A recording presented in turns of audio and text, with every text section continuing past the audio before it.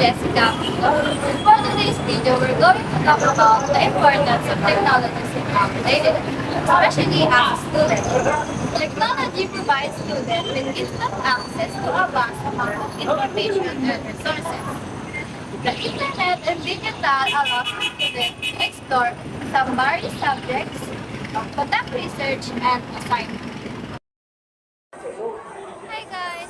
Welcome to my first vlog. Ngayon, nandito na kami sa school. Papasok pa lang kami. Come on for the go! For the go!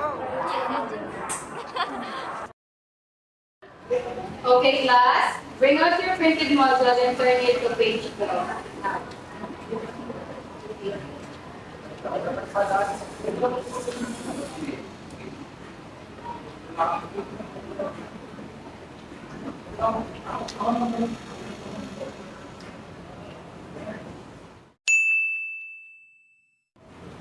In this situation, technology proves useful to us.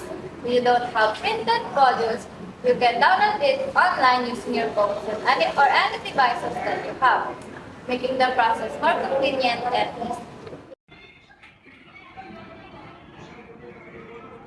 Technology is important for students like computers. Lahat ng academic information na kailangan mo ay pwede mo nang ma-search using apps or websites na nakapaloob dito. Pwede kang mag-search ng news, laws, and articles na kailangan mo.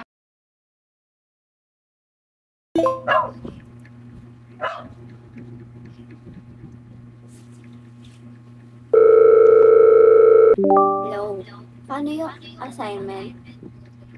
About yung sa family, mag-video kayo para mag-prepare kayo para send kay ma'am kasi about sa family yung topic natin. Ha? Hindi ko gets. Paulit natin. Mag-video kayo about kayong magpapamilya, then isasend ko to kay ma'am. Yan lang. Oo. Sige, thank you.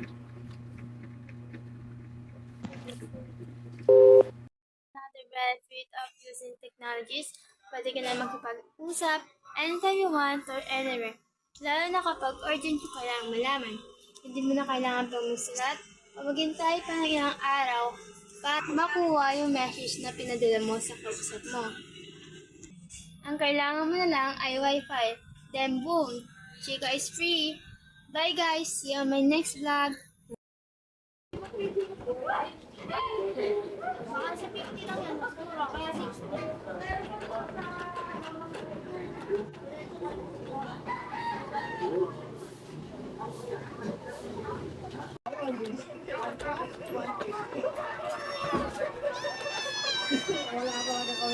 Alam na pinagano mo. Ewan ko sa inyo. Uy, sobrang bulas ha. Mag-ingat kayo. Lalo na yung naka one piece. Check ko nga muna yung Shopee account ko. Baka may mga bago silang product. Lapta ko na ito ah. May effects na! Buy na ko na nga. Para mag-place order na.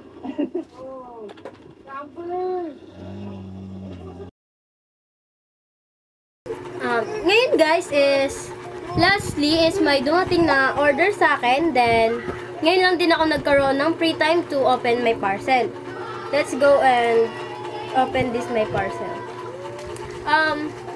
I think the importance of technology is like this, meron tayong na-orderan na online shopping, napapadali nito and less hassle yung pag-o-order natin or pagbibili tayo sa isang shop.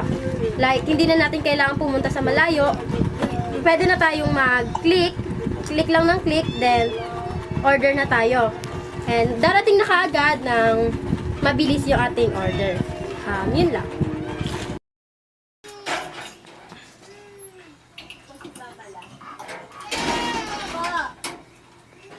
Ate, nakapagbayad ka na ba ng electric bill natin? Hindi pa. Bakit hindi pa, ate? Malapit na mag-due date. Baka maputulan tayo niyan. Ay, due date na ba niya? Sige, Oo. punta na lang ako ng Meralco. Ito bill natin, o. Tignan mo, napakalaki. Sige, pupunta na lang ako ng Meralco.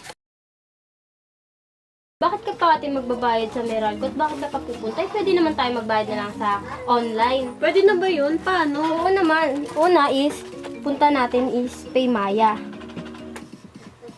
Yan. Hey guys, so I received a text message from Maya na ang sabi dito, once na nagbayad ka ng iyong PLDT bills using Maya, we can receive up to 500 pesos cashback. So let's try this. So dahil kuripot ako, I will try this one. Dahil walang laman ng Maya wallet ko, dali-dali akong nag-login sa video online app ko para makapag-cash in or makapag-transfer ng balance using my video online app. So, clinic ko yung other banks in wallet and then I search for Paymaya/Maya wallet via InstaPay and then yun, pinil out ko yung mga necessary information, yung account number ko, account name, and of course, yung amount na kailangan kong bayaran. So, nag-cash in na ako ng 1,620 pesos and then clinic ko yung send. So, ayan guys. So, from video online to Maya, meron siyang service fee na 10 pesos. After ko mag-transfer ng balance from video online app to Maya, naglagin ako sa Maya app. Ayan. So, this is how you pay your bill using Maya to PLDT. So, I click bills and then hahanapin ko yung telecom. Ayan. So, I will click telecom. After that, hanapin lang natin yung PLDT. Ayan, so click natin yung PLDT. Type lang natin yung account number natin sa PLDT and then yung amount na kailangan nating bayaran. So after a few hours, nakareceive ako ng text message from Maya about the cashback. So after ko mag-send ng balance from video to Maya, which is 10 peso service fee, 1 peso lang yung na-receive kong cashback from Maya. Ewan ko ba kung bakit pinatulan ko to. Minsan talaga kailangan kong ayusin yung mga decision ko sa buhay. Hi everyone! It's me, Usman. So nakita nyo na nga sa may video. Mahalaga ang pagkakaroon ng online banking or online payment dahil hindi na katulad ng dati na kailangan mo pang pumunta sa smart padala sa bayan or kahit saan pa upang magpadala ng pera. Ngayon, isang click mo lang, pugsh, napadala na. Bye!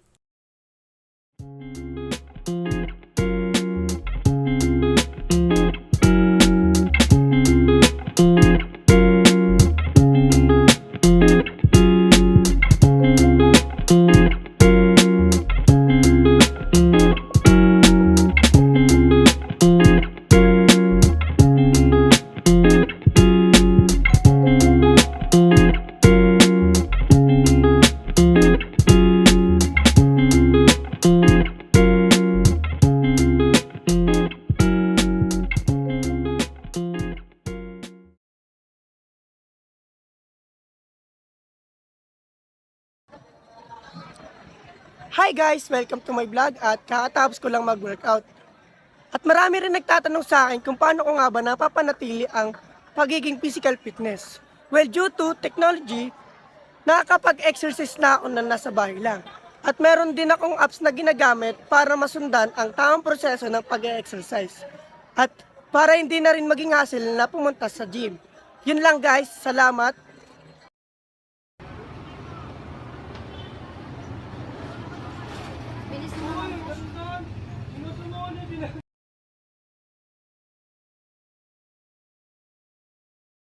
Ano pong name ninyo? Jonalyn po. Ilang taon na po? 30 years old. Kailan nyo po start din na yung printing shop na to? 2008 po.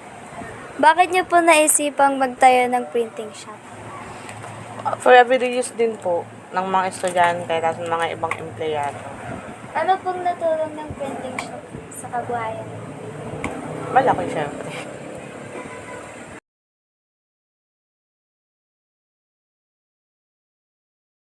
Guys, I'm Daniela de Guzman and I'm from Ike's Montalban. So, ngayon po mag-interview tayo ng isang business owner. So, ano pong pangalan niyo, ate? Jennifer Lansangan. Ilang taon na po? 32. Ano pong naitulong ng teknolohiya sa pangkabuhayan ninyo? Marami po. Tulad po niyan na nakakapag ano kami ng NBI na nag-aano din sa ibang mga taong nagpapagawa. So, madali na silang naka-access sa loob ng NBI. Nakakuha na sila kagad. Kailan niyo po naisipang magpatayo ng gantong business po? Ano na ba ngayon? 2024 ngayon, no? Parang 13 years ago na po. Sige po. Thank you!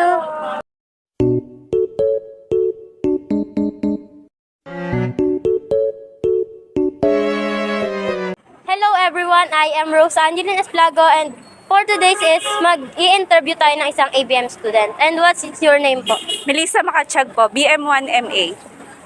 How can technology help you as an ABM student? Technology can help me in many ways po. For example po, as a student, pwede po siyang makatulong in pagkuha ng information for researching, pag maghahanap po ng information about certain topic. And as an ABM student naman po, pwede po siyang makatulong sa part po ng accounting. Kapag po may subject na kaming accounting, pwede po siya sa Excel. Using technology po, pwede po namin magamit yung app na yon as for accounting po. Yun lang. Thank you.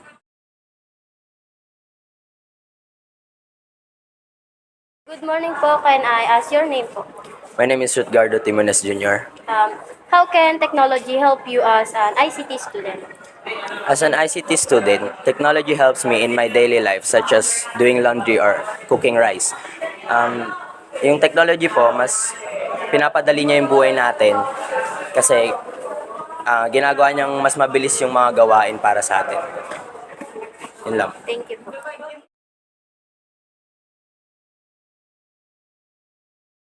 Morning po, ano pong pangalan mo? Hello, good morning din. Ashley May B. Dizon po ng UNMC.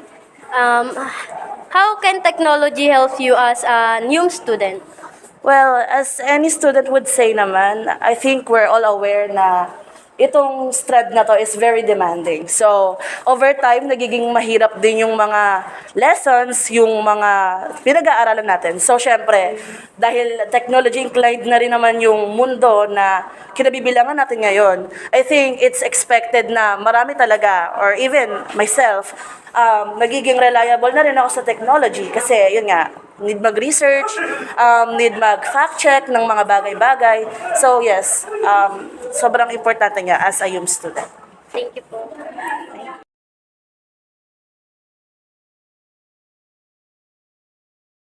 Good morning po.